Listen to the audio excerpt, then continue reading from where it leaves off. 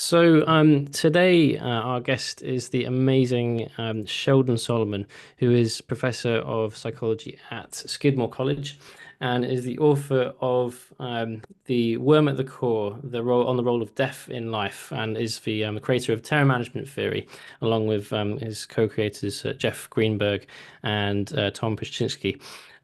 He was the first speaker that we ever had at the RNCM Philosophy Society. So I'm really happy to say that Sheldon's agreed to come back and talk with members of the society, as well as we've got some people from the reading group that's been set up by Michael Sugru's subscribers, who is a sort of another big presence on YouTube for philosophy. So yeah, thanks so much for agreeing to do this, Sheldon. I'm really looking forward to the conversation.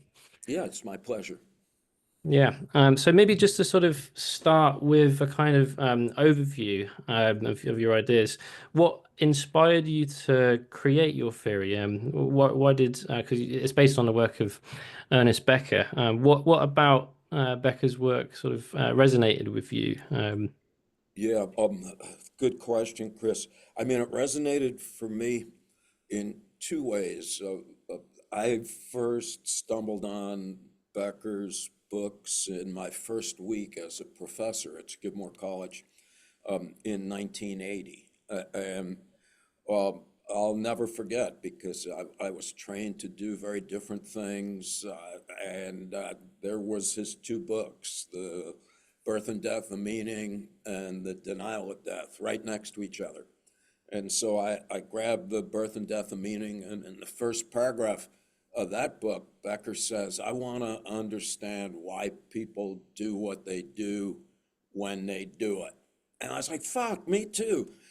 Finally, no like jargon, just I want to understand the motivational underpinnings of human behavior.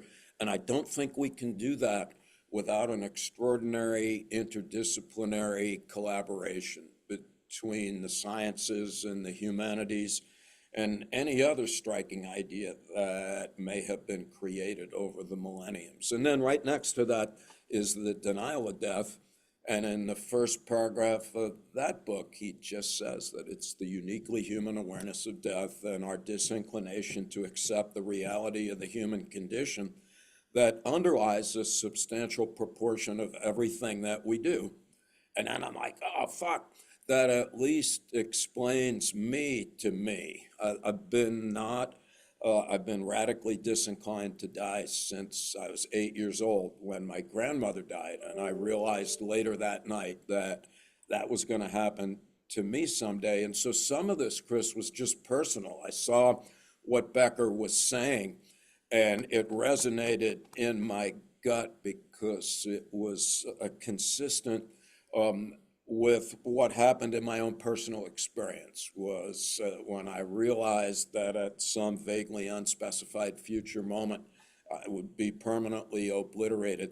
I found that to be extraordinarily disheartening and disruptive. Right, but I did bury that under the psychological bushes till I ran into Becker. But then on the academic intellectual front, I just found Becker to be profound in terms of how much he attempted to explain with recourse to relatively few ideas. So just like Newton's able to figure out the physical universe in three laws, and we get Einstein an equation, E equals mc squared. Who else do we got? We can get Darwin with the three components of natural selection and so on.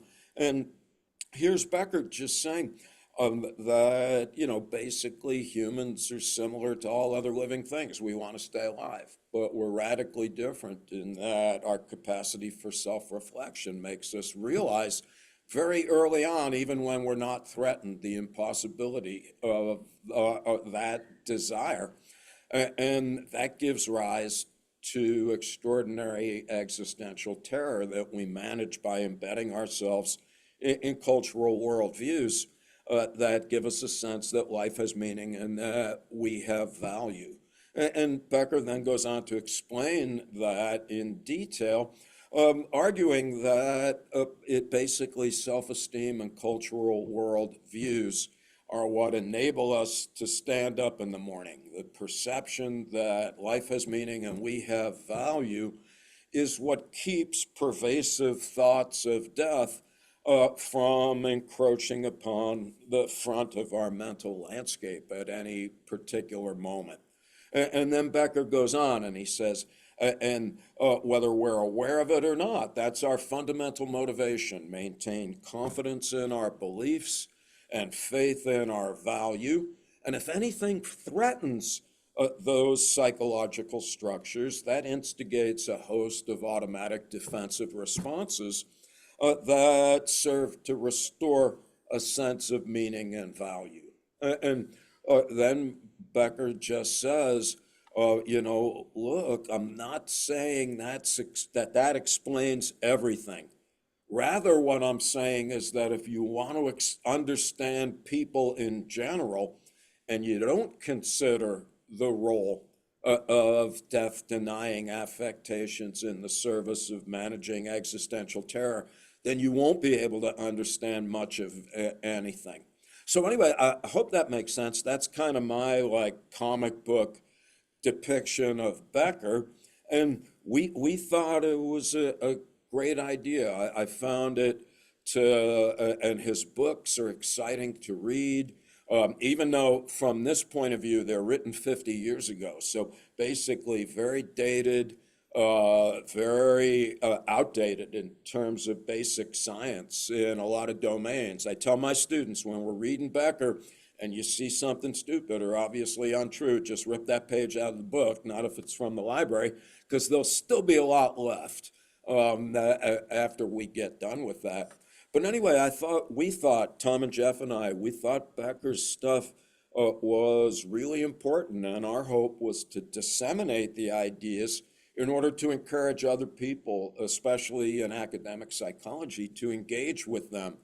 So we started doing lectures in Canada, US, Europe, and basically almost every famous psychologist on earth appeared to be either repulsed or indifferent. They just would basically say, look, I'm not aware, I'm not thinking about death all the time, so obviously you must be full of shit. And then we'd say, well, you're not thinking about death all the time because you're comfortably ensconced in a cultural worldview that infuses you with meaning and value.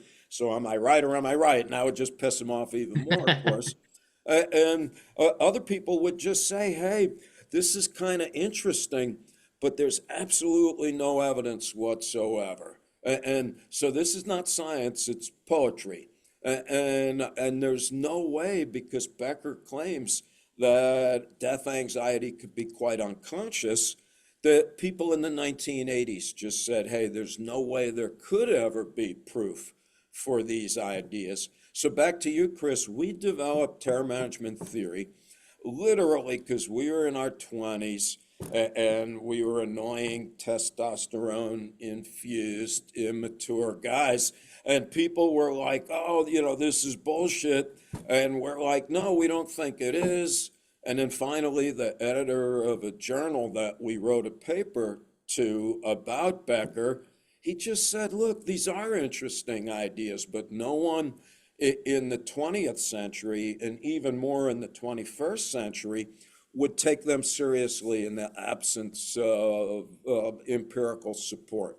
So yeah, terror management theory it's literally, there's nothing original about it. We read all of Becker's books and we said, hey, let us reduce. I know that's a nasty word to some, the idea of reduction, but it is a foundational construct in science. We tried to take all of his ideas and to reduce them to a small number of conceptual assertions that allowed us to derive hypotheses from that could then be subjected to empirical scrutiny. And if you folks have been staring at our Worm at the Core book, then you'll know we had three major experimental paradigms. We demonstrated that self-esteem buffers anxiety. Then there's the mortality salience paradigm, which is when we remind people that they're going to die. They strive to bolster faith in their worldview and to boost their self-esteem. And then there's what we call the death thought accessibility paradigm. When we piss on somebody's beliefs or threaten their self-esteem, that makes non-conscious thoughts of death come more readily to mind. And so, we generated terror management theory, and then what we started to do, first by ourselves, then with our students, now more importantly, with a boatload of amazing scholars all over the world that are not directly connected to us. I'm ranting a little bit, but if you're the only ones doing the research, it's not science, it's autism. It's only when somebody else, independent of you, takes your ideas seriously enough, either to condemn them because science is about getting it right, or to collaborate in assessing the merits thereof. And so here we are over 40 years after we started. And what I would submit is that there's now a large body of literature that converges, I think, quite nicely, although once again, the people who generate a theory should not be the ones in charge of assessing the merits of it, because there have been legitimate concerns about the work that we have responded to both empirically and conceptually.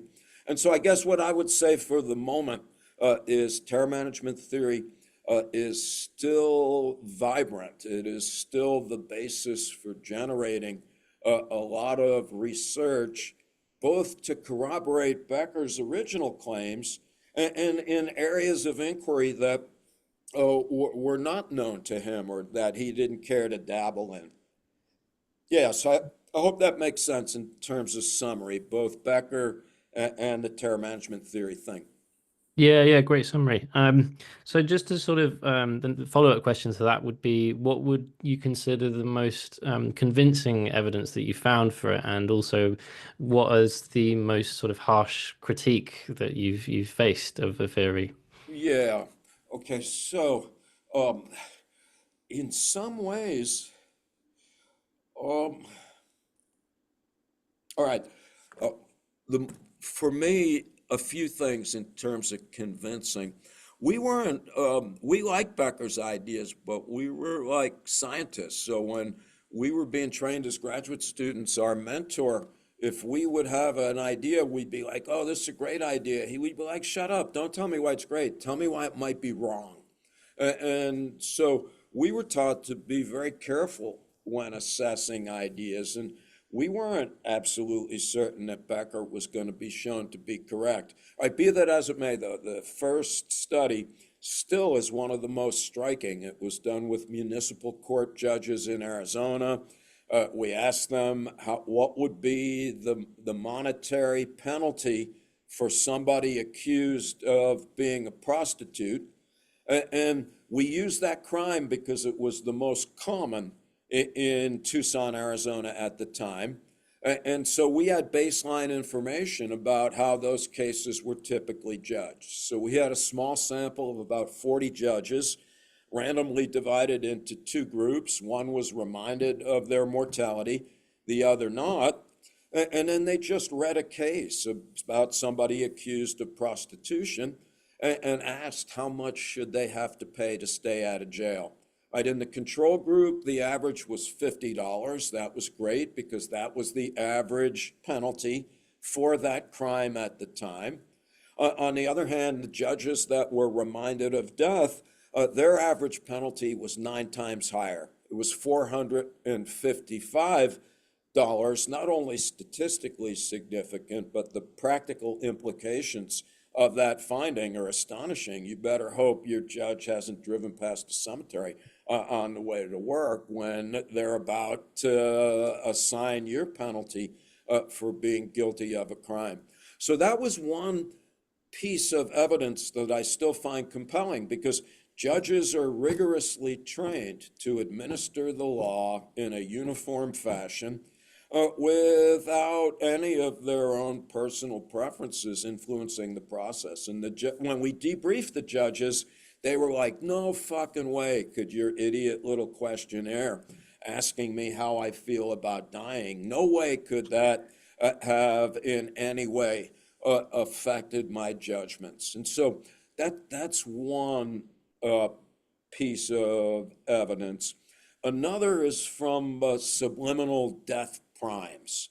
I'll spare you the details here because unless we need a nap, it's just a whole lot of, it's not that it's unimportant, but basically a lot of people, they weren't convinced that when we ask people to think about dying, we would get these findings and they'd be like, yeah, but I don't know if it's really about death. Maybe when you ask them to think about dying, they're actually thinking about something else. Right? And that led to two other ways of getting death on people's minds. One was studies where we went outdoors and we stopped people either in front of a funeral parlor or 100 meters to either side. And we're like, okay, if you're standing in front of a funeral parlor, death might be on your mind, even if you have no idea that that's the case. Sure enough, that produces the same effects as we get in the lab when we ask people to think about themselves dying. All right, then back to the lab, you're reading shit on the computer, and while you're doing that, we flash the word death for 28 milliseconds. So fast that you don't know that fucking the Grim Reaper has been blasted into your forebrain. That also produces the same effects, even though people are demonstrably oblivious to the fact that it has entered their heads. So I would say, Chris, that's another blob of information that I find compelling. I could keep going, but I'll say a couple more things and then I'll stop. Another thing that I personally find both horrific as well as compelling is about 20 years of research showing how death anxiety increases our affection for fascist demagogues. So one of the things about Becker that got my attention is a chapter in The Denial of Death about how death anxiety got Hitler elected after World War I. When he used the Jews as a scapegoat and said that he was the only one that would be able to make Germany great again. And starting in 2004, we have showed that every American president who has fascist inclinations, we could go with George W. Bush, and then we can catapult ahead a bit to Donald Trump. And we have demonstrated in each of these situations that Americans did not like George W. Bush, they did not like Donald Trump in a benign state of mind. On the other hand, if you ask them to think about dying first, support for Bush and for Trump gets exponentially, not exponentially, but it gets significantly and considerably larger. So here we are in a world where we're marinating in death anxiety. We've got COVID, we've got the world burning and flooding, we've got economic instability. So death is all around us, conscious or not, and we're in a funky death spiral where the more people die, the more existentially apprehensive they get and the more likely they are to abandon their capacity for reason and to lobotomize themselves and get anally, cranially fused to folks who promise the impossible, which is to make things the same as they never were. So that's another pile of stuff that I find compelling. Two other things. One, and this is stuff that other people are doing. And again, I know I'm being silly. I'm proud of our work, but more than anything, I'm proud that these ideas have gotten really awesome people engaged in ways that have pushed what we've done and what Becker has done way, way ahead. I like clinical psychologists who have used our studies where we remind folks with different psychological disorders that they're going to die. So spider phobics reminded of death become more afraid of spiders. What do we got? OCD people, you remind them of death, they use more soap and water to wash their hands. Socially anxious people hide in a closet by themselves. The idea that death anxiety underlies a host of psychological disorders has been adopted by a woman named Rachel Menzies and her colleagues. She's in Australia, and she talks about death anxiety as a transdiagnostic construct, suggesting that helping people come to terms with their mortality may attenuate the symptoms of a host of a variety of disorders. Finally, last thing, and I'll shut up, and that's the neuroscientists that study brain meat and who have determined that, in fact, intimations of mortality are activating different parts of the brain than things that are just generally negative or anxiety provoking. Yeah, so those are the things that excite me. Yeah, no, I think this is such a fascinating theory in terms of what our what's going on in our culture at the moment. Obviously, not in the UK, but in the US, there's obviously with the recent election of Trump after the assassination attempts, Yeah, there was a sort of ramp up in the kind of political power that he was able to sort of persuade with. I don't, subscribe to any of his yeah. ideas, No, I don't but want to ruin your um, day, but he yeah. is a Mm, malignantly narcissistic mm, sociopath who has made more progress in 2 weeks than Hitler made in 2 years.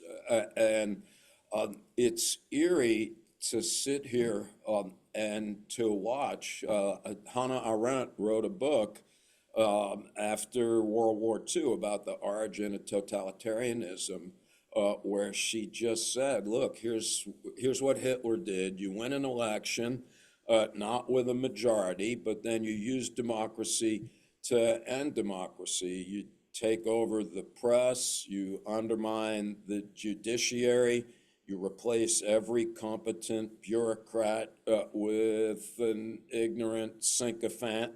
And then you literally attack the legislature so that you begin to control all elements of the government. And Mussolini defined fascism. He said, look, we should call it corporatism. Fascism is just a coordination between politicians and business leaders. And so we've got the richest guy in the world directing the stupidest fucking guy in the world in a thinly veiled effort to extract as much wealth from the world.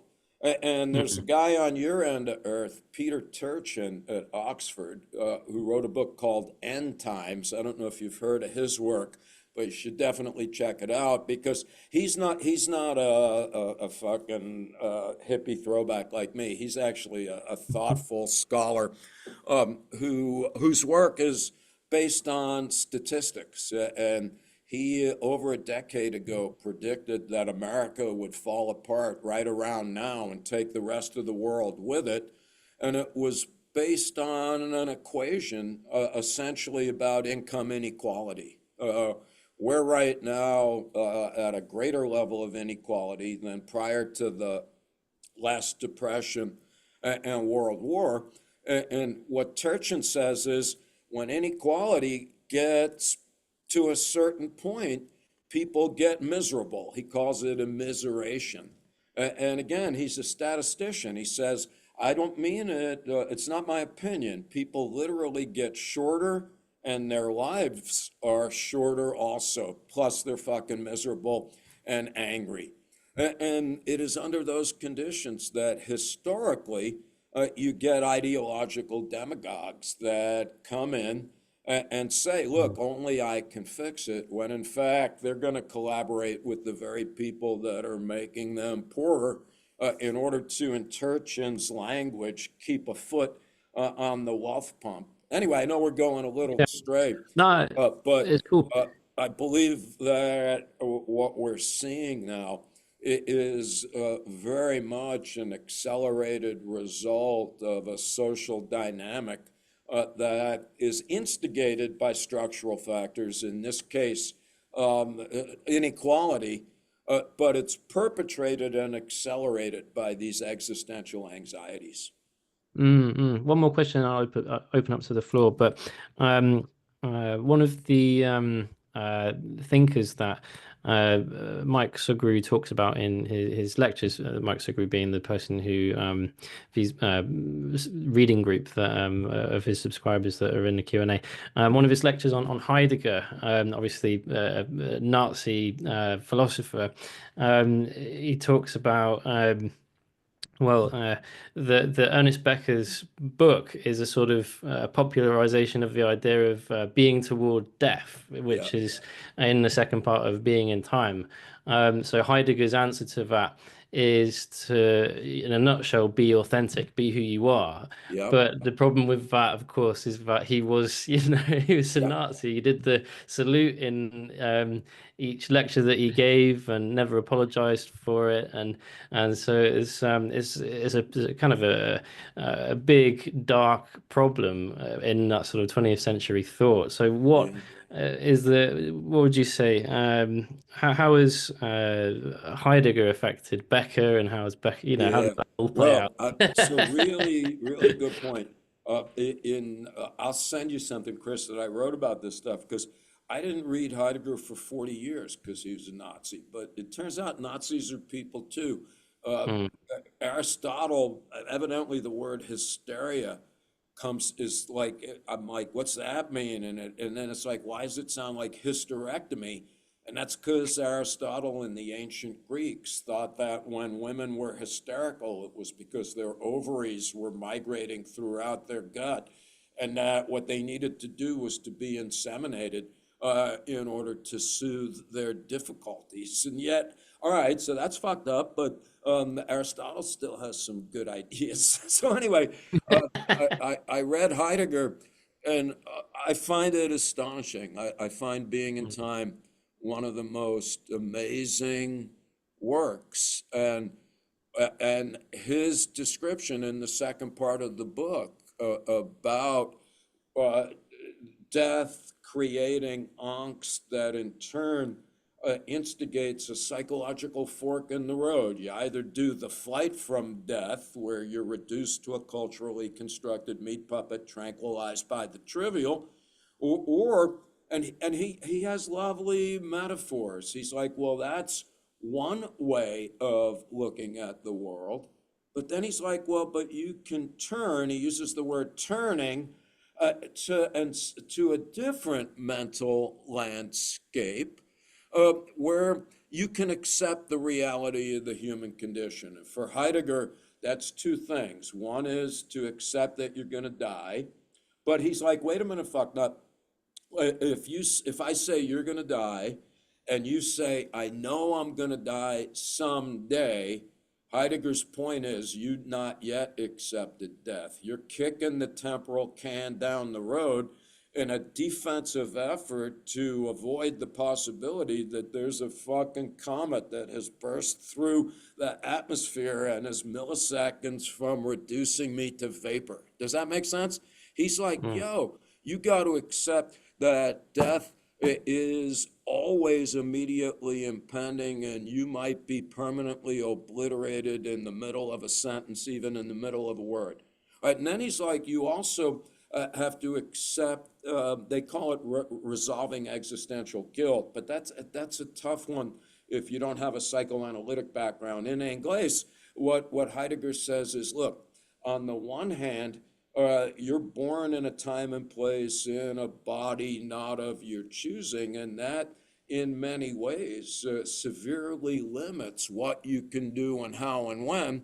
On the other hand, that does not absolve you of the right to make choices within the confines of those boundaries and your responsibility to do so, and to accept the fact that sometimes your choices will be wrong. So anyway, Heidegger then says, if you can do that, if you can literally accept your transient nature and responsibility for the choices that you make or choose not to make, he says that creates this amazing authenticity that he describes. He says, okay, you're going to be anticipatory and resolute. You're going to be looking forward to the future with confidence, not arrogance, but confidence and persistence. And then he talks about how you're also going to have solicitous regard for other people and other things. I had to look up that word because I live in America. So evidently solicitous means that you give a shit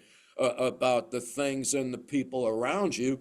And then Heidegger said, is that when that happens, life begins to feel like an ongoing adventure that's perfused with unshakable joy.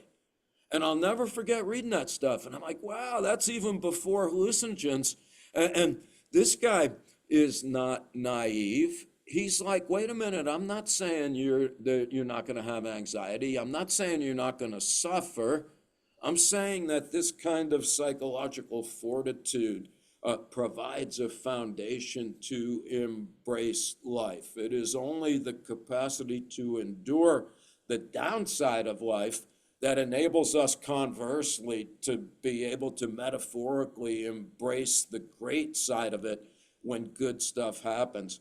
Anyway, but Becker doesn't really refer to Heidegger that much in his writing. I read all his stuff, and I even asked an AI to read it all and tell me how many times Heidegger got mentioned. I'm really actually curious as to why that idea doesn't pop up more often in Becker's thoughts. He went the Kierkegaard way instead, which is does he reference Tillich?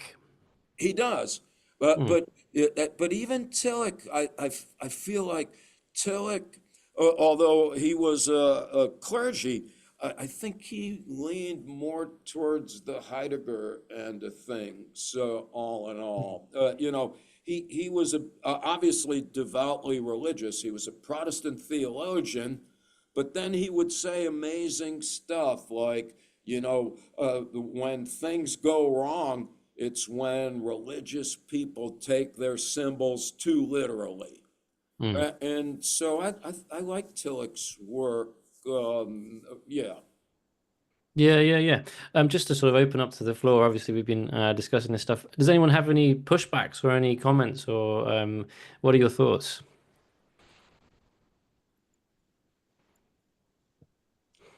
Yeah, and by the Anyone way, got any while other we're sitting questions? here, yeah, even if you don't have questions or comments, that's awesome. I still Yeah, appreciate yeah. us being able to talk to each other. I've got And, plenty and, if we need some. and Chris knows how to find me. So sometimes, we're just sitting here hanging out and I'm spraying words. But if an idea or a question arises, honestly, don't be bashful. Feel free to contact me.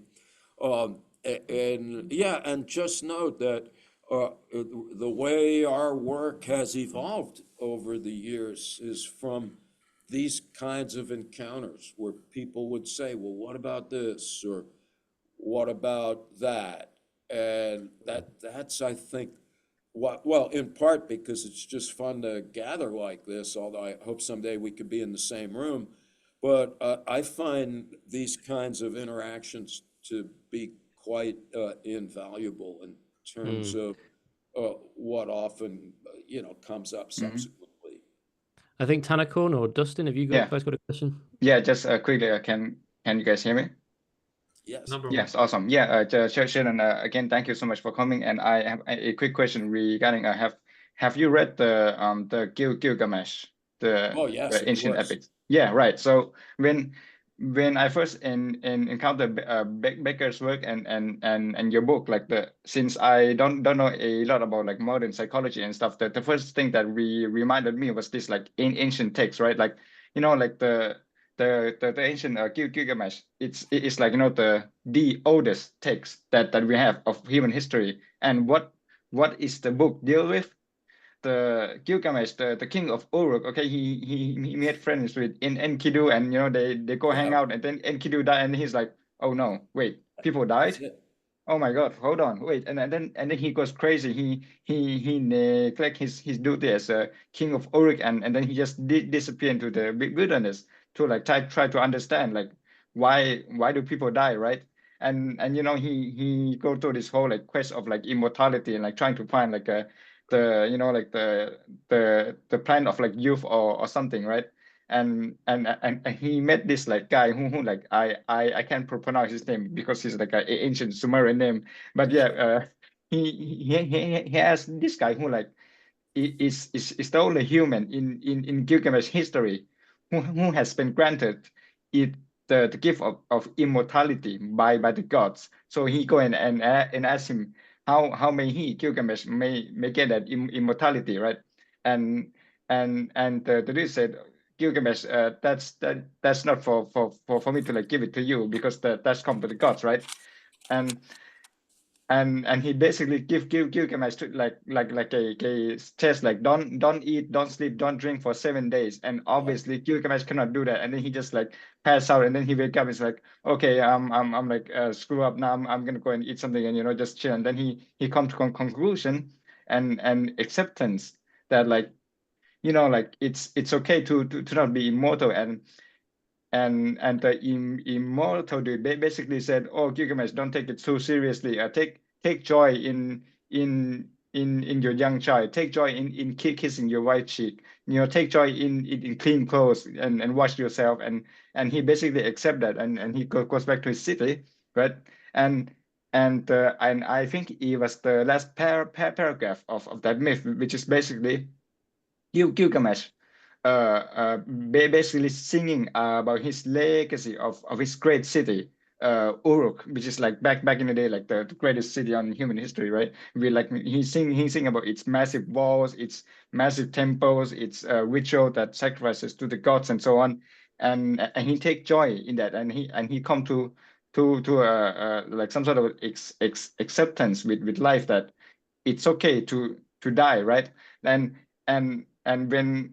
when I encounter your ideas or Becker's idea first, I was like, oh, okay, this is somewhat like really reductionist. Like, oh, okay, this basically this guy trying to like find like this one thing that drive everything, which is like it sounds simple, but I agree with you that this is the one of the like most like profoundly deep truth in like our species, because like you know this one example of like Gilgamesh, we also find it in the ancient Greek, like you know in the Iliad, Achilles chose to stay and fight and die young to gain eternal glory instead of like live a long life and don't gain any glory. And and and I find this like concept of like you know like deeply profound, because like me for me personally, I find that modern life don't have that structure to like trying to understand like how like one is associated with like the eternity, because like currently I'm going into a book called the Ancient City from Fuster de Cologne, right? And he had this really interesting section, which I will read quickly. This is just one sentence. So, quote, the, the ancient belief man did not belong to himself. He belonged to the family. He was one member in a series, and the series must not stop with him. He was not born by chance. He had been introduced into life that he might continue a worship. He must not give up life till he is sure that this worship will be continued after him. End quote. Now, the ancient people, like in their entire religion, in their entire conception of like life, is that they come from a series of unbroken lines of existence, or from their ancestor, and they worship their ancestor and so on and so forth, and this is what gives them strength to like die in war, to like you know like jump into like battlefield and so on. And And my quick question to you is, since in our 21st secular century, we don't believe in God anymore. Like people don't even talk to their parents. Like we don't worship our ancestors. And I wanted to ask you, what is the reason do you think that in the 20th century, the one of the many reasons why we have such a screw up century is because of this the decline in this sense of connectivity, that the ancient people have, because we stop believing in this concept of eternity. So yeah, thank you. Wow. Awesome depiction of Gilgamesh. Remarkable questions. If I could answer them, I'd be chugging rum out of a coconut on the beach with my Nobel Prize. But I mean that as a compliment. First of all, I think that, the history is important, and I like how you put it, and that is that when I talk about our stuff and people are like, well, that's bullshit, blah, blah, blah, blah, blah, I'll be like, well, okay, but historically, it's very clear that across time and space, for as far back as we have records of what people are doing, they were going to extraordinary lengths not to die, right? So we got Gilgamesh fucking after immortality. We got China, the terracotta soldiers that are still there. We got Egypt, the pyramids as the gateways to immortality, and so on and so forth. And so I think you're making a remarkably important point with the associated notion that historically, when cultures are at their prime, it's when a substantial proportion of the people in them subscribe to the same worldview with a high degree of confidence. And it was Nietzsche in the 1880s in the gay science. Who's heard the phrase God is dead? Maybe some of you have. I tell my students, you got to read the rest of the paragraph though, because he says God is dead. And then after that, he says Christianity has become unbelievable. He's not being cynical. He's not saying that it's untrue, although he didn't believe it. What he was saying is, look, right now, here we are in the 1800s, you got Darwin's theory of evolution, you got the Industrial Revolution, all of these things undermining faith in Christianity as it had endured for thousands of years. And then Nietzsche went on to say things are going to be fucked up for 200 years, that we are literally going to be wandering around in an agitated or disassociated stupor because we don't any longer, as you put it, have a vibrant and compelling worldview that connects us to each other. And when I say that, I mean both spatially and temporally. When we talk about connection, it's not only laterally to those around us, it's also back to those before us, and then back to Heidegger's anticipatory resoluteness. It is anticipating those that come beyond us. I couldn't say it better. And in fact, that in my little lab here, that's what we've been calling it, a sense of cosmic connection. And what we've been thinking is, if we forget about everything, religion, philosophy, anything, and think about what best defines people who appear to be thriving, what we think and what evidence suggests is that they're connected, right? They may be connected to their God and religion. They may be connected like securely attached individuals to the important people in their lives. They may be connected in a healthy way to a particular idea. That you could be connected to a tree in your garden, and I don't mean that glibly. Yeah, And we're trying, Shinto, exactly. animism. No, that's correct. You know that, and so we're trying to just kind of extract that idea of feeling connected and seeing if we could conjure up different ways to foster that sense in a manner that might be scalable to the world at large. I'm not trying to sound, and it's not to be rich and famous, it's just to note that the world is fucked up today because of the preponderance of people that are connected to nothing but their devices. And we need, and I don't know how to accomplish this, but I do think that in principle, what we do need to restore a sense of psychological well-being and an impetus for social progress, as I understand it, is to reconnect us. At our best, there is a mutual recognition of our commonality. My buddy Tom Pyszczynski did an amazing study where he did what's called a common humanity prime. He just said to people, hey, you know what?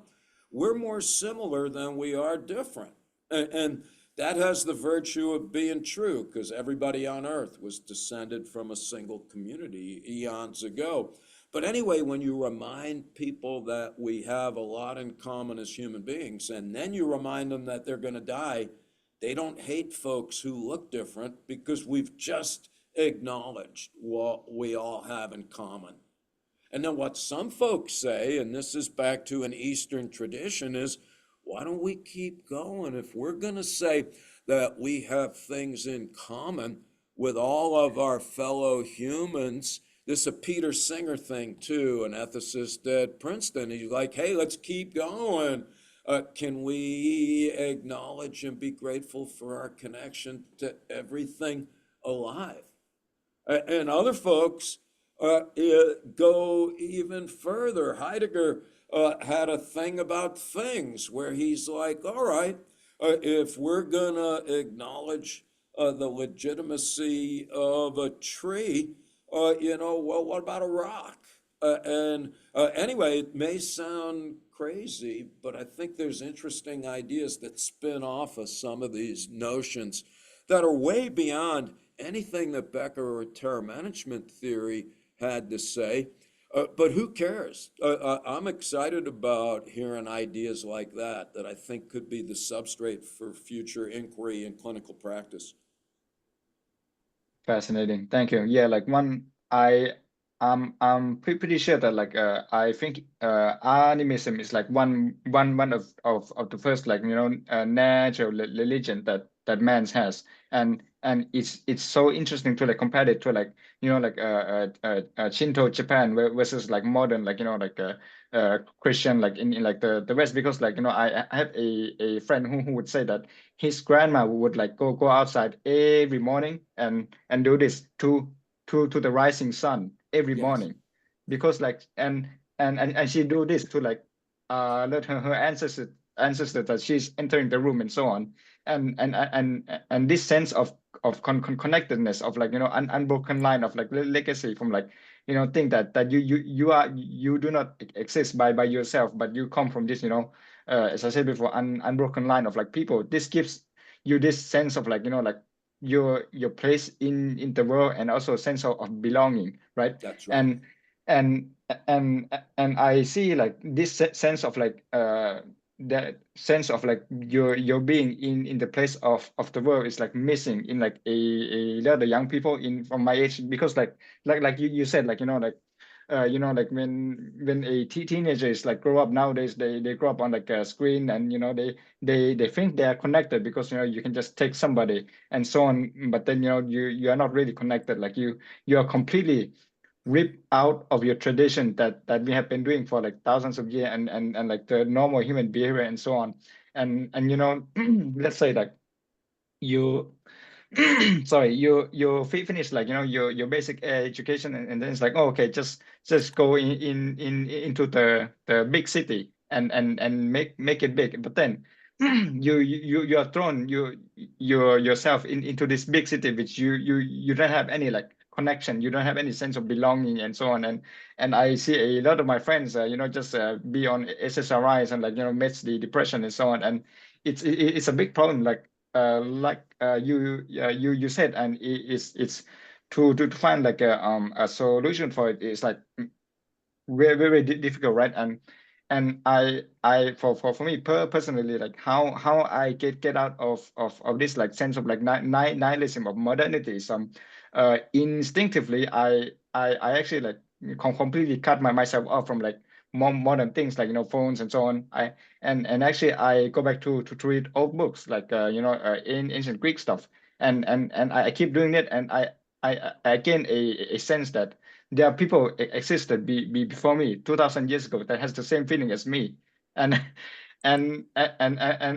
and that is such a big like revelation from it, like my angst, like my death in anxiety, like complete, not like completely, but like it's like I don't feel angsty anymore. Like I understand my place in the world, and that people who came before me from like 1,000 years ago also experienced this the same thing. And like they also like know a lot of things about human nature. Even though like maybe Aristotle, like physics is like completely goofy, but but his takes on politics, I think Aristotle is spot on still, personally. But yeah, I just wanted to share that bit about myself a little bit. Thank you. Yeah, nice. Dustin, did you have a question you wanted to ask? Yeah, I wrote down a few things. Maybe I'll try to go off of that, and maybe I'll make it personal, where it's like, how can you help me or people like me that have suffered from death anxiety, or what kind of recommendations? I suppose I've lived with this for decades, thinking about my mortality. I haven't put it away. I haven't, gone and invested myself in some immortality project. In fact, I would say I have low self-esteem. And these kinds of thoughts uh, are a large part of my life for a long time. And I didn't grow up with any religion. I didn't grow up with a father, a weak mother who didn't have opinions on the world. So I didn't really get programmed a lot of that kind of stuff into me that I suppose maybe a lot of other people did.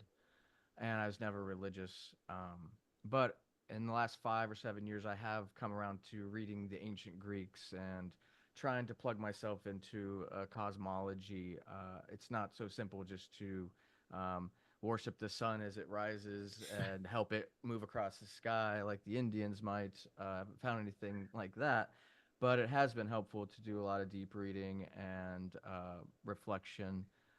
But it is tough being very aware of death and having that constantly looming. And maybe I've been diagnosed as major depressive, but I don't take medication for it anymore because I didn't really enjoy that. But I might need it because there is suffering going on in my life. I have lost my job 9 months ago, and that has created a lot of my self identity has kind of went away with that. And a lot of my connection, I actually worked in the VR field where I would have virtual meetups in virtual reality with people in a social platform is what I worked for. And that gave me a lot of connection. But I find myself getting kind of tired of the technology connecting us, like Tanaquorum. I've muted the phone. I don't go on social media. I'm trying to get rid of all of that kind of junk. And I even think the VR stuff was kind of a placeholder for some. I guess I need to get back outside and go connect with people, but unfortunately my jobs have been where I can stay home and do my job, and my wife does the shopping, so I don't go outside. So I'm sitting inside for 14 years basically, and have just disconnected. And I guess I know the solutions: get out there, get into community. But what have you seen? I'm sure this is something you've seen with young people and many people. They're getting disconnected. What comes to your mind when you hear my story, I suppose? Um, Honestly, Dustin, what comes to mind is a few things. One is, without in any way trying to reduce you to a statistic, I do think it's important to note that pervasive apprehension about death is more common than a lot of folks think. And so, you know, and I don't want to reduce this conversation to like just academic abstractions, but, you know, it turns out that there's a famous study where, you know, parents of 5-year-old kids are asked, what would be worse for your kid, dying or doing bad on a spelling test? And the parents say, well, they don't know what dying is, but they'll be horrified if they do bad on the spelling test. And then they ask the 5-year-old kids, they're like, fuck spelling, I don't want to die. And so this idea that there's something profoundly problematic about an ongoing apprehension about mortality in light of even the little bit that you've courageously shared about your life, it is, again, as silly as it sounds, it's like, wow, that you're still upright and sentient in light of everything that's happened to you is rather amazing. Even now, you know, they call it social death when you're booted from the job that gave you some sense of things. And at the risk of sounding overly simple-minded, because I don't know how this happens, and this is the eerie thing, because, you know, I'm an egghead psychologist that has spent a shit ton of my time trying to understand why things happen. But as my wife, who's a therapist, and all the other great therapists that I work with, they're like, yeah, what's happening and why and what to do about it are very different things. But you already understand it very, you know, without what you understand with great clarity, what would be optimal in principle, which is for something to happen in life that restored a sense of identity vis-a-vis connection with other human beings. And what is happening, at least with some of the therapists, we live in a pretty small town, and a lot of the therapists that I know, they're doing things that may sound silly. Some of them, you know, after the pandemic and everything was on Zoom, they now see their people in person, which for some is very uplifting. But then some of them are like, hey, why don't we go out and take a walk instead of just sitting in the office and talking? And there's some amazing evidence that walking while talking it connects us not only to the person that we're kind of coordinated with because we're walking together, but our awareness, whether we're aware of it or not, of our natural surroundings also serves to enhance a sense of connection for some folks. But, you know, if my wife were here, my wife Maureen, she'd first of all tell me to shut up because I don't know what I'm talking about. I don't know how to help people directly. And she would, but she'd be like, hey, Dustin, this is not easy, but, you know, is there a library in your town? We've been very big these days. I know this sounds kind of silly, but it's not. You know, have you ever been on the street and you just kind of look up and there's somebody in front of you, you never saw him before, you're never going to see him again, but your eyes meet momentarily and you just kind of give a little nod, like, I know that you know that we know. And it's a couple of nanoseconds, but there's evidence. And by the way, send me emails if you want to see this stuff. You know, they call it an informal social interaction because you have to have fucking jargon for everything. But just a random encounter with a fellow human being where you mutually acknowledge each other's existence, that has shown to have uplifting effects that are somewhat enduring. Now, I know I haven't had any magic solutions here, because I am unfamiliar with details and so on. But in my world, when I think back on some of my more difficult moments, it was sometimes random and sometimes inadvertent connections. When I first read Ernest Becker's book, The Denial of Death, I was so apprehensive about my own death anxiety that I took a leave of absence at Skidmore, because I was like, I have to fucking think about this. If he's right, then I'm a culturally constructed meat puppet, tranquilized by the trivial. And I'm like sitting there, literally spinning with anxiety. I tried all of the usual things, drinking, drugs, and blah, blah, blah. And then finally, and I had taken a leave of absence from Skidmore, but I ended up, I come from a working class family, so I ended up getting a job doing construction work and restaurant work. And I don't know if it was originally a slight distraction because I had to focus on what I was doing. But in the long run, Dustin, what I found is it was the connection to the people that I was working with, as well as in my case, the joy of actually doing something tangible. Because here I am, a professor, like just making shit up and pretending that I know what I'm talking about. But as the chef that used to chase me around the kitchen with a meat cleaver would say, is you can't bullshit a hamburger. If you cook it too much or not enough, reality will intercede. Ditto for building. I have a PhD and they're like, step aside, fucknut. There's no way that you could ever put a rug down on a floor or a tile on a roof.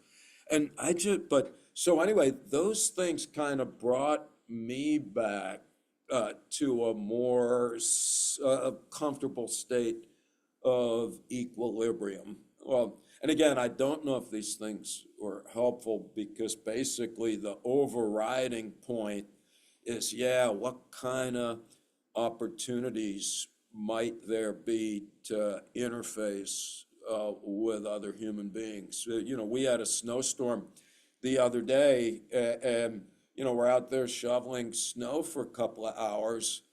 And I came in and I was like, this was like awesome. I hadn't even seen a lot of the people I live next to for weeks, if not months. And we're all out there, waving and exchanging unimportant pieces of gossip or whatever.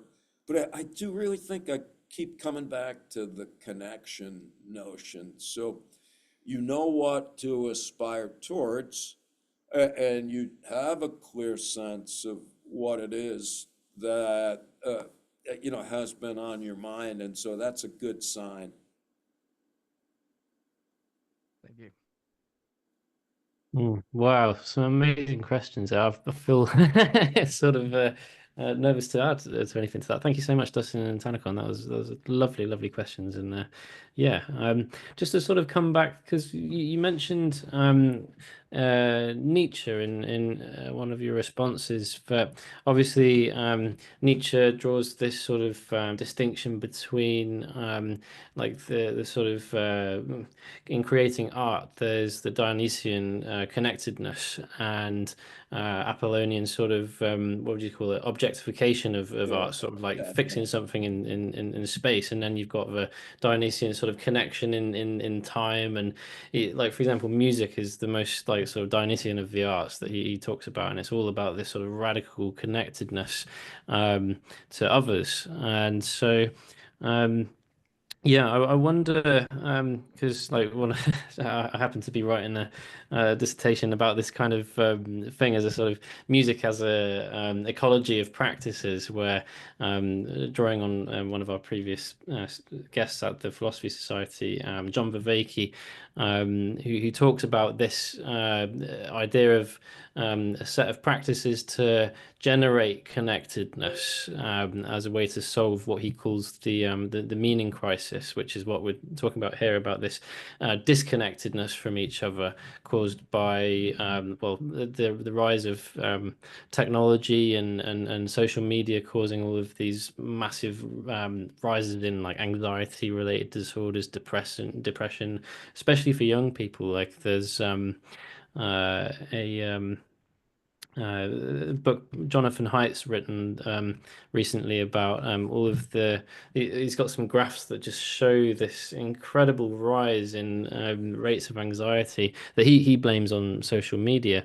So I guess my question is, how can we generate these practices of connectedness in culture today to combat this disconnection? Yeah, again, good question.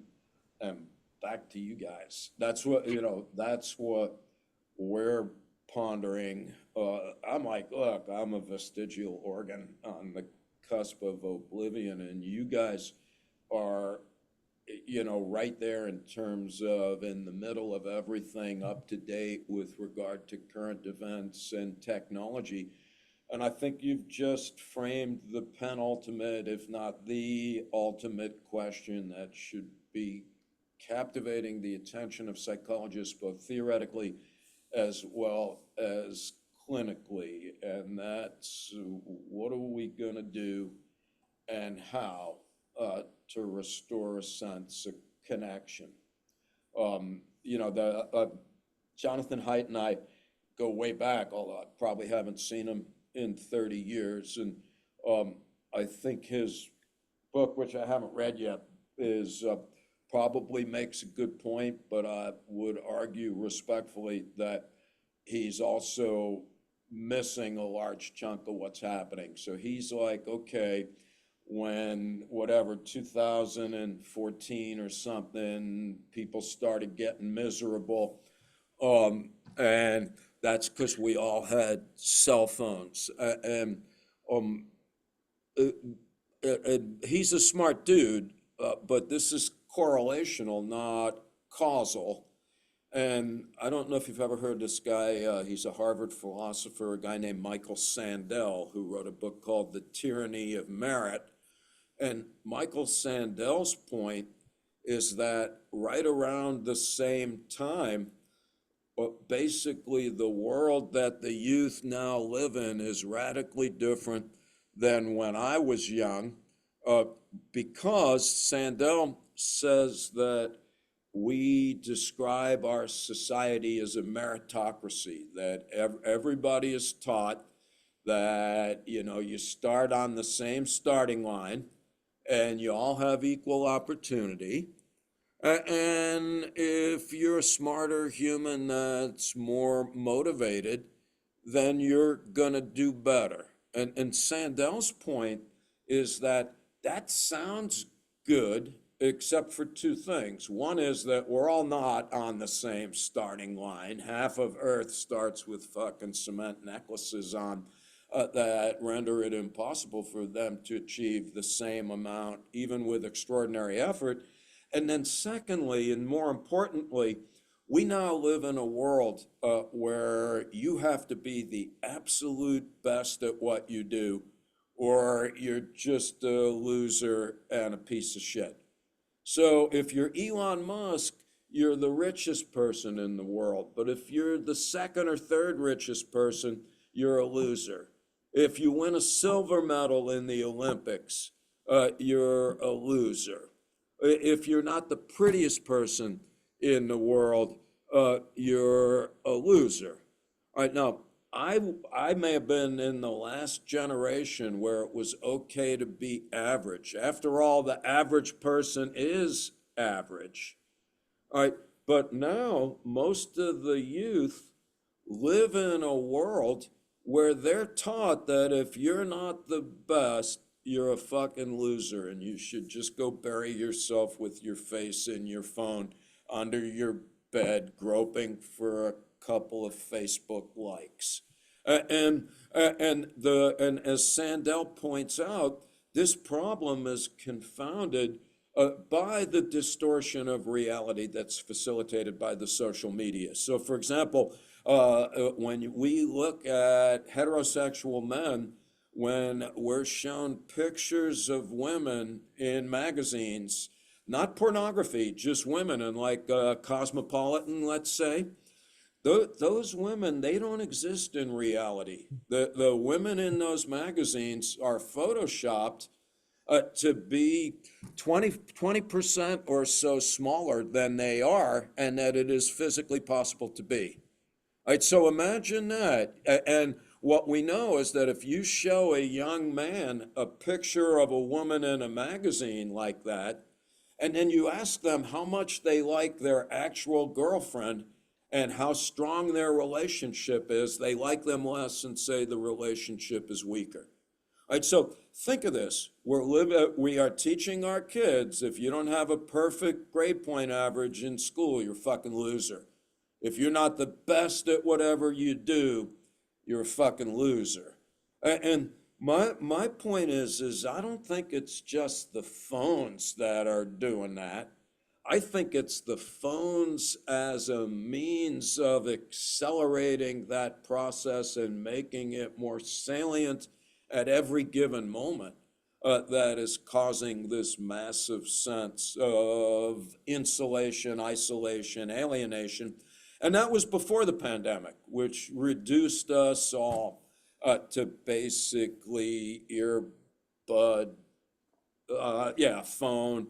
And I don't mean that glibly, but it has had a cost. It's like a deterioration in I'm working with authenticity. some Asian students now, and again, these are awesome, decent kids, young students from China, and they're saying that in their view, that there are some young men in China that would do better with therapy with an avatar on a phone than they would conversing with a human. And they're not being glib, they're not being cynical. They're just saying we're at this state in the world where for some people, connections with fellow humans are not as easy as it sounds. Well, yeah, it's like I've seen the deterioration of being authentic. Everything's photoshopped or exaggerated, virtual, not real. Like we're out of touch with real things. Um, it's scary. Yeah. I think obviously as a musician, it's very interesting to hear about this. I would say that in terms of the audiences that I've played to, I think that there is still this encouragement to be authentic, to be yourself, because it's Yes. what people respond to and what they like. So, for example, that one type of concert that's become quite popular recently is the I've done quite a few of these candlelight concerts, which are sort of more of a visual spectacle, but it's a nice vibe. You know, people go and they have a drink and they bring some friends, and it's sort of like, you know, it's a bit more chilled out than the sort of, well, like Nietzsche would say, the Apollonian, very sort of like formalized, like classical music hall. You know, you would go and listen to like some, you know, the concert,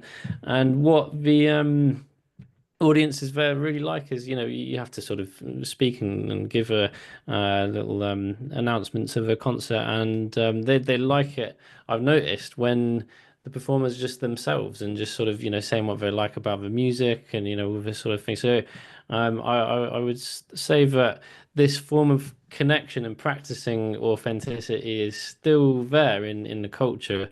My question is how to generate more of that. Um, Yeah. Again, good question.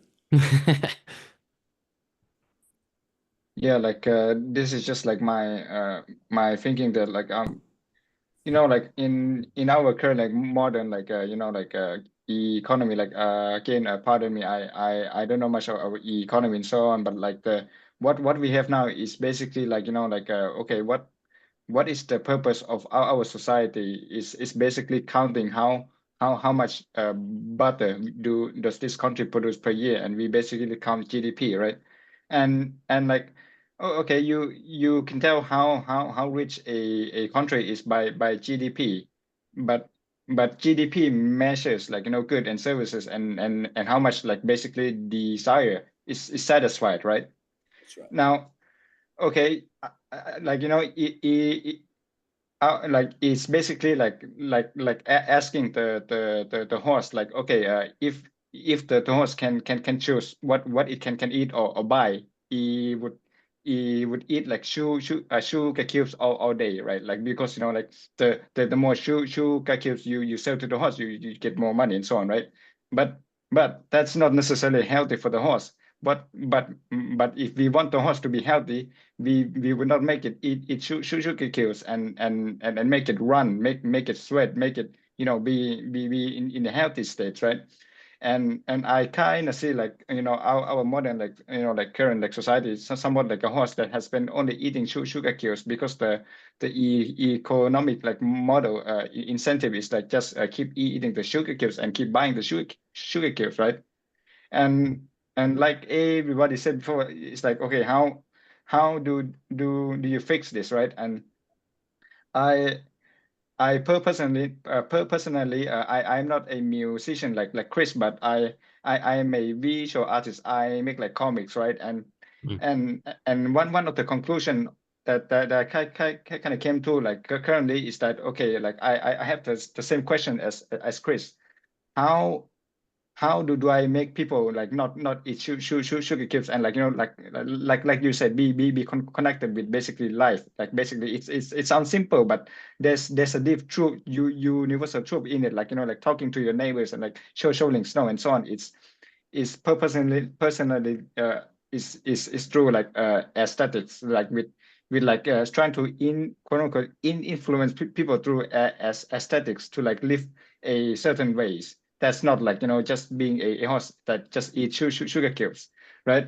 And like this kind of reminded me like to like Plato, why he constantly like shit on poetry and like the arts, because I think there's a deep understanding that you can change or direct a culture with aesthetics, because like you said, with like the current like American like politics, is that what I think currently is that people are not convinced by argument. People are convinced by aesthetics. Like Trump, Mm. he got shot, and people see him, he go fight. It's like, wow, that's a man right there. That's my damn president. He got shot, and he get up and he do like this. I'm gonna vote for him. Whereas if you sit down and look at the facts, like, oh, okay, maybe it's probably not good, maybe okay, right? And that's basically like my kind of like personal project, is trying to like convince people to stop eating sugar cubes with like with art, basically. So yeah, Mm. that's my personal project.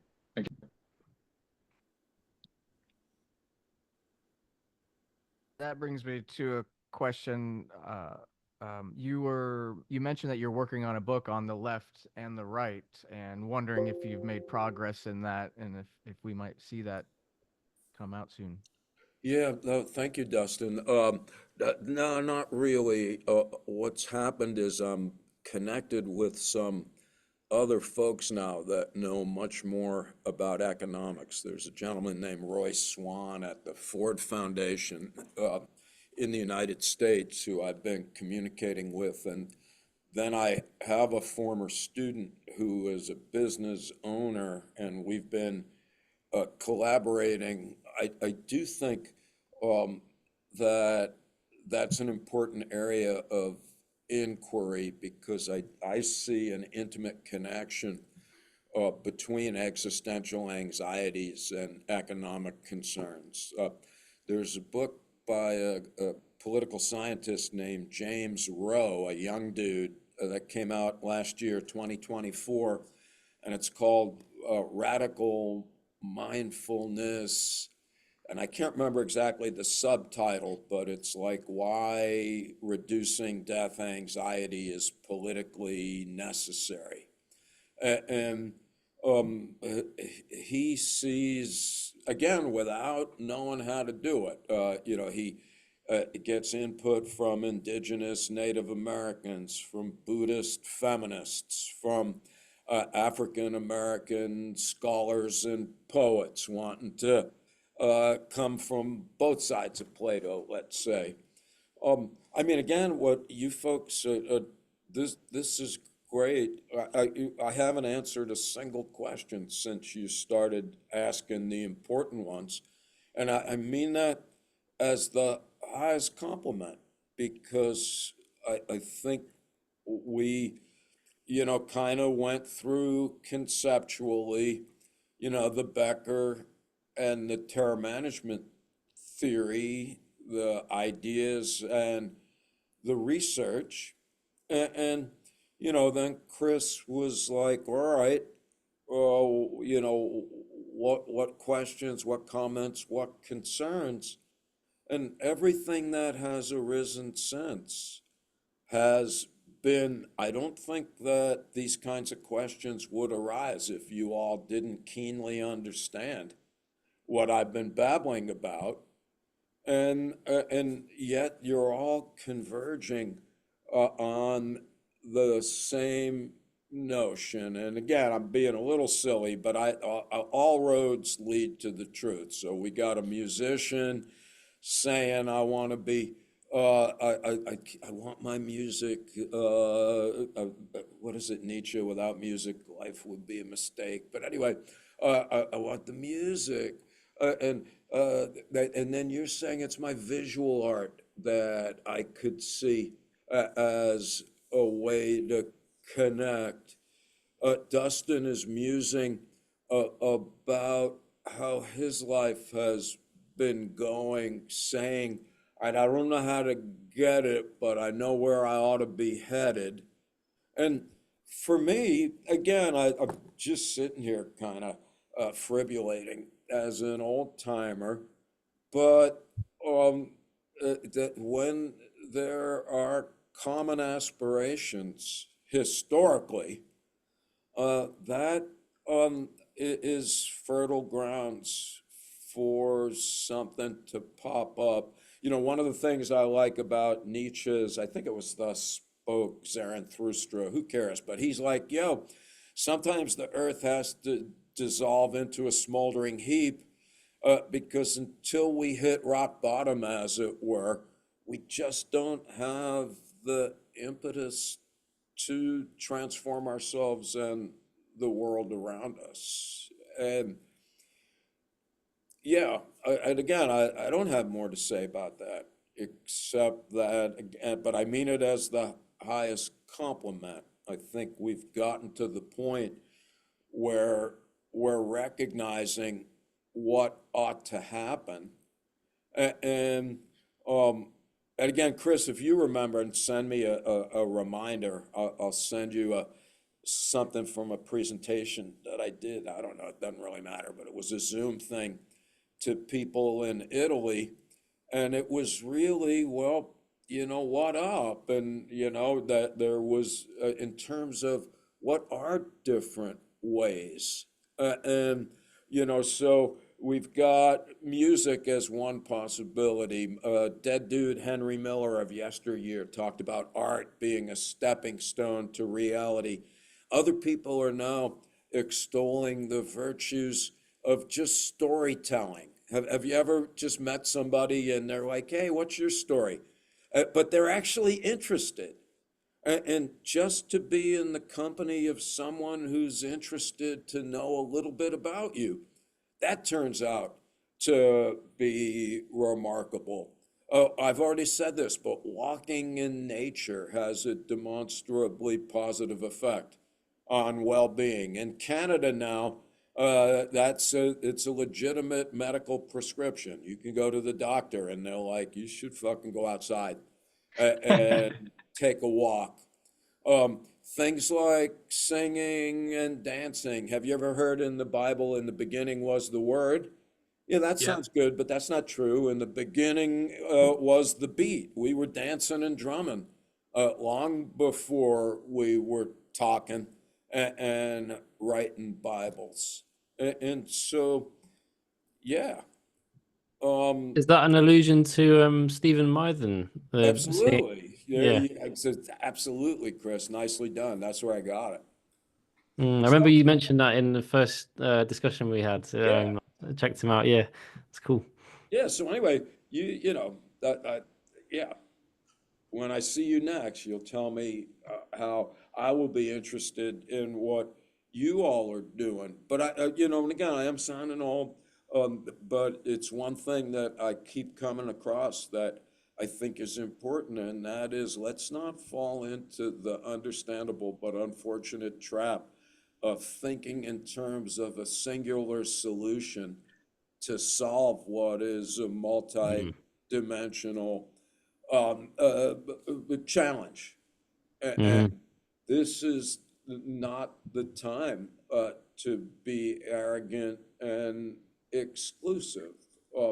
What might be profoundly palliative or enriching for one person might not necessarily be the case for another. And so my daughter's a therapist, and now I'm a little biased because I know my wife and my daughter a bit, but she never had a psychology course in college. I think that makes her a better therapist. She was an art history major and a French major who studied African dance when she was in school, and then she ended up as a therapist, and she like talks to people, but others, they're like dancing and drumming, sometimes they're cooking. If we're talking, as you said earlier, Dustin, if the goal here is about fostering a sense of meaning and generating the connections, perceived or otherwise, yeah, let's not be constrained by, let's take the blinders off and see lots of possibilities. There's a guy named Ernesto Spinelli who wrote a book called, I can't even remember what the book is called. Oh, it's Tales of Unknowing. He's an existential psychotherapist in England.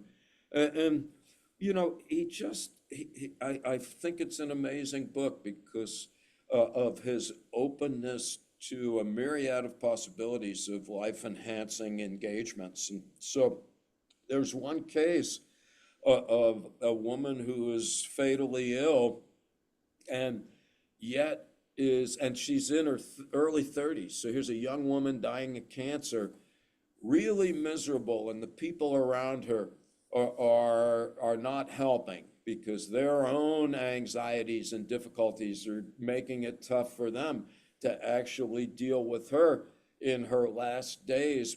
But anyway, to make a short story long, she was a gardener, and it turns out that her love for and connection to her plants, that's what ultimately enabled her to make the most out of the last parts of her life. And it was because the therapist Ernesto realized that being connected was more important to what you were connected to or even how. Yeah. Yeah, one of the comments that John Vervaeke, this previous speaker, made was that we live in what he called like propositional tyranny, that we're so focused on the propositional, the things that we can establish of X equals Y, the things we can talk about in like the sort of formal scientific ways, like this is you know, this has evidence for it and this kind of thing. But what John tries to emphasize is the non-propositional, the things that can't be put into words. So, I mean, for me, music is one, but it's more to do with skills, things that you can't, like, it's like riding a bike, try and put that into a proposition. How do you do that? You know, and this idea of connectedness.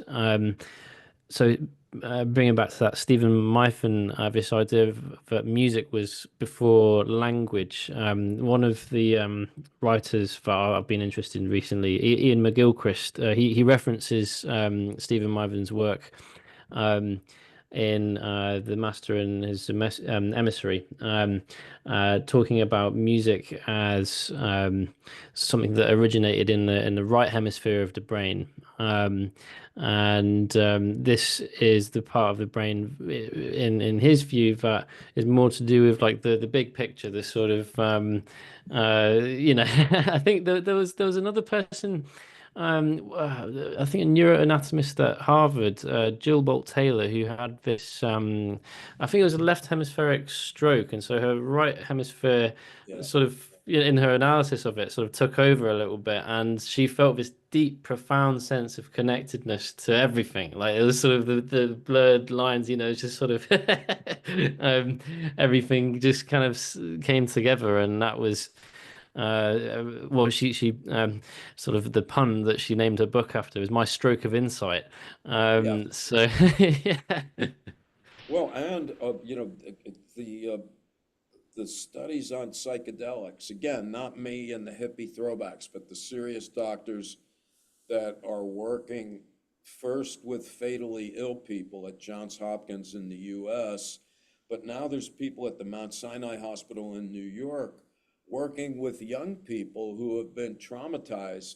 And sometimes, again, it's not saying go out on the street and buy some psychedelics. It's in carefully controlled clinical settings. Single experiences are having profound and durable effects.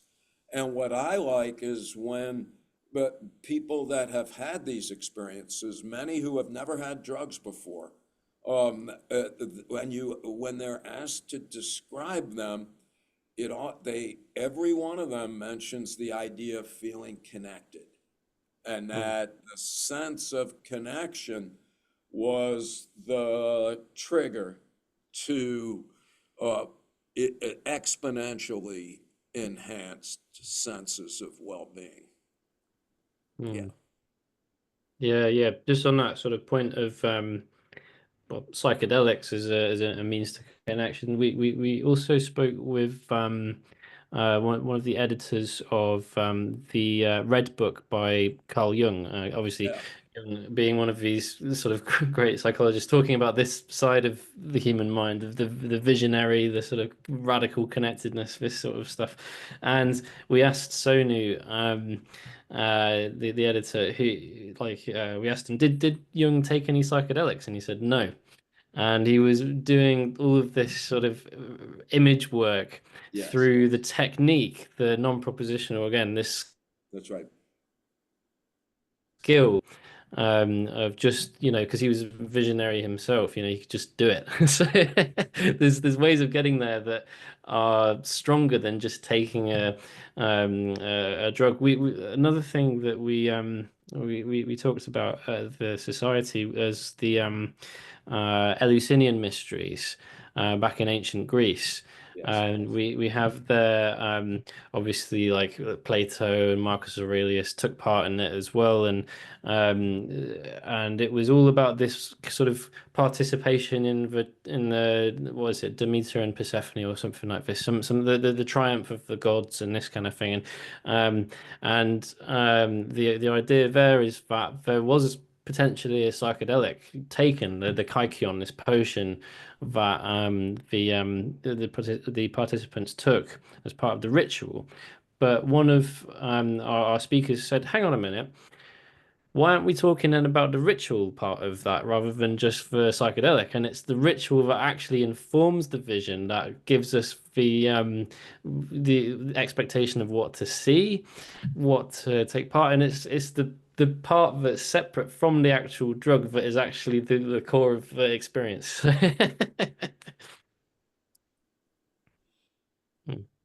So Yeah, yeah, I could speak to some of that myself. I don't have religion in my life, but I did have psychedelics in my life, and they absolutely connected me up and gave me that sense of connection. I've also pondered death on psychedelics, and it was Me too. infinitely terrifying as Me well. too. So these things go both ways. Yeah, it cuts both ways. You do learn from all of it, and I'd like to do another experience, but it scares the hell out of me too. It takes a lot of courage, I think, to do these things. I wouldn't take them trivially. Yes. There's also the Johns Hopkins studies recently. Well, I don't know how recent they are, but they administered a dose of psilocybin to people who were suffering with terminal cancer diagnoses, and the results of that, it was a relatively small trial, but it was they all basically lost their death anxiety. That's correct. And a lot of them were sort of had addictions to smoking and this kind of thing. And there was like a 80% smoking cessation. There was sort of like they all stopped their addictions and they're sort of spiraling inward into these sort of like well, Vervaeke would call it sort of reciprocal narrowing into sort of that loss of that agency to an addiction. So I guess well, the way he framed it is if narrowing down to something is possible, then opening up is also the opposite of that. So I guess the question follows that would be, what are the ways that we can, get people to do that? Yeah. Mm. Anyway, yeah. So we've heard from Dustin, we've heard from Tanakorn. We've also got Daniel, Keith, Sam. Have you guys got anything that you'd like to add? Any questions?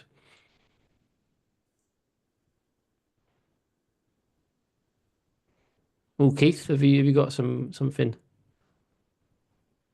No, I'd just like to thank everyone for a really engaging discussion.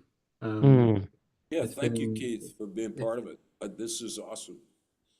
yeah, it's been really interesting. I've thought about these things for a long time as well.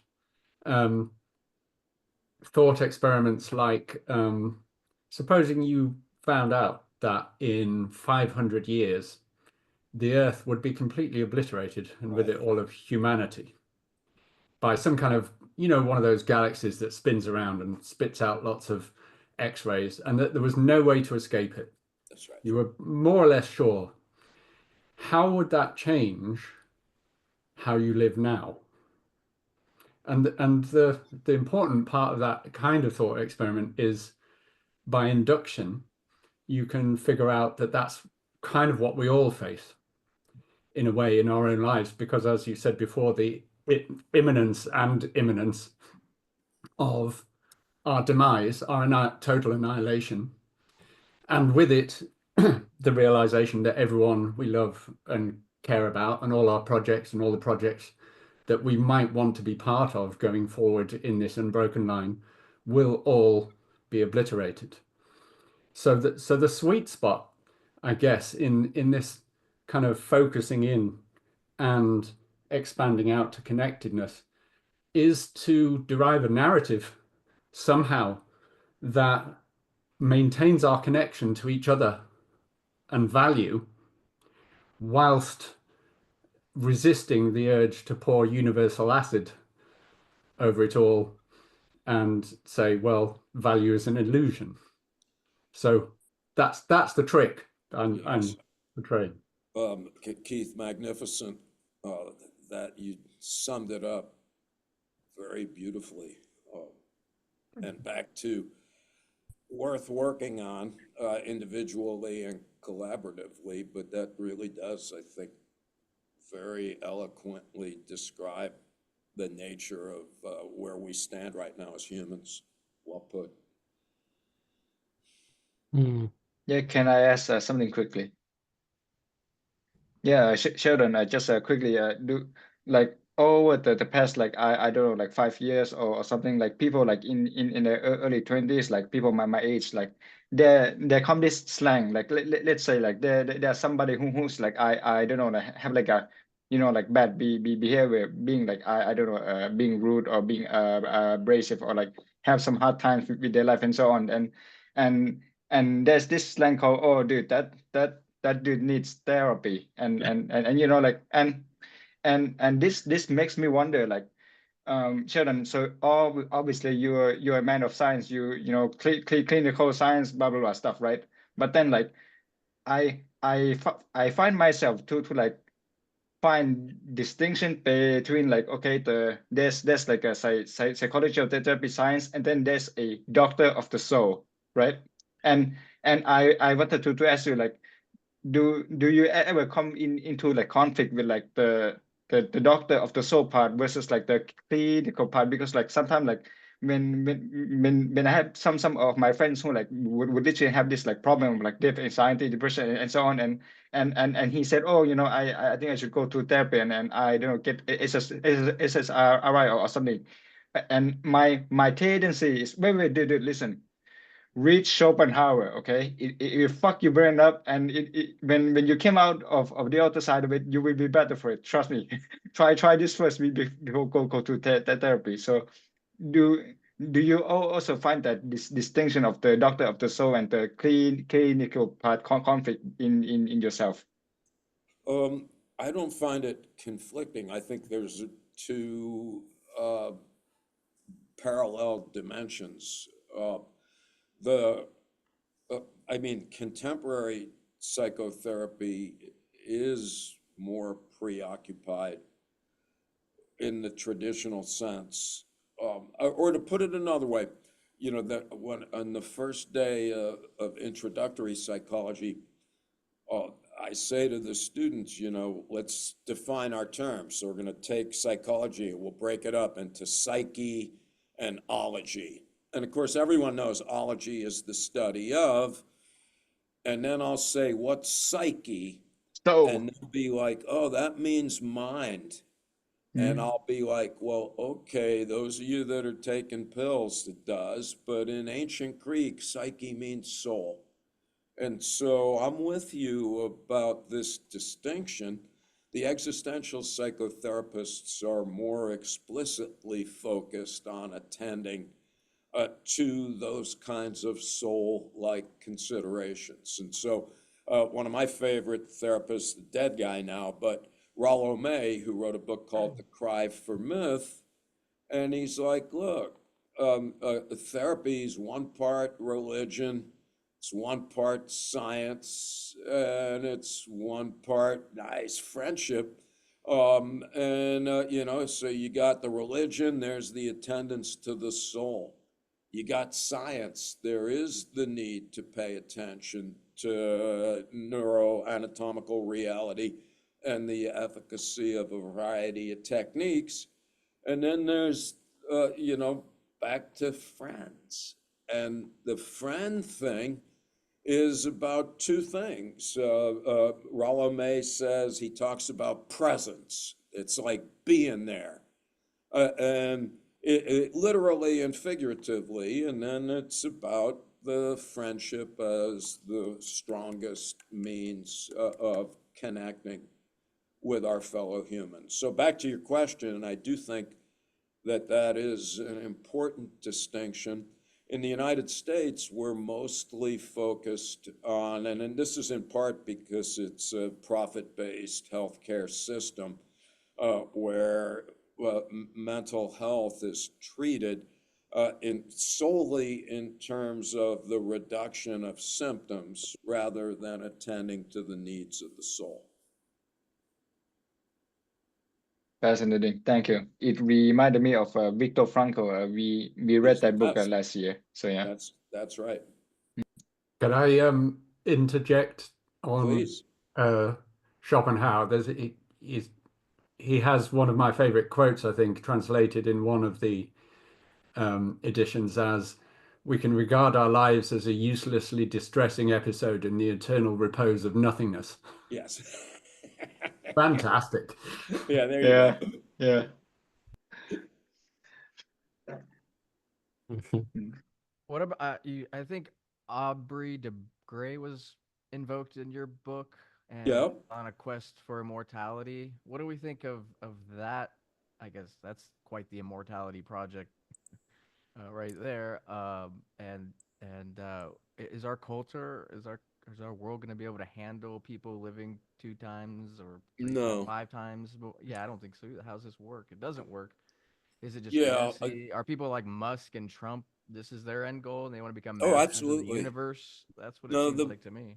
yeah, the Google people, the people that own Google, that is their primary goal. And they're diverting trillions of dollars to pursuit of immortality, not for the little people, though.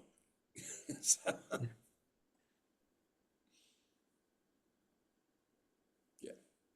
Yeah, well, I think maybe we should start to draw the conversation to a close. It's been wonderful to have you, Sheldon, and I think yeah, just because I think we've sort of exhausted all our questions, maybe it's No, it's look, been wonderful. this was awesome. You know, Mhm. thank you all.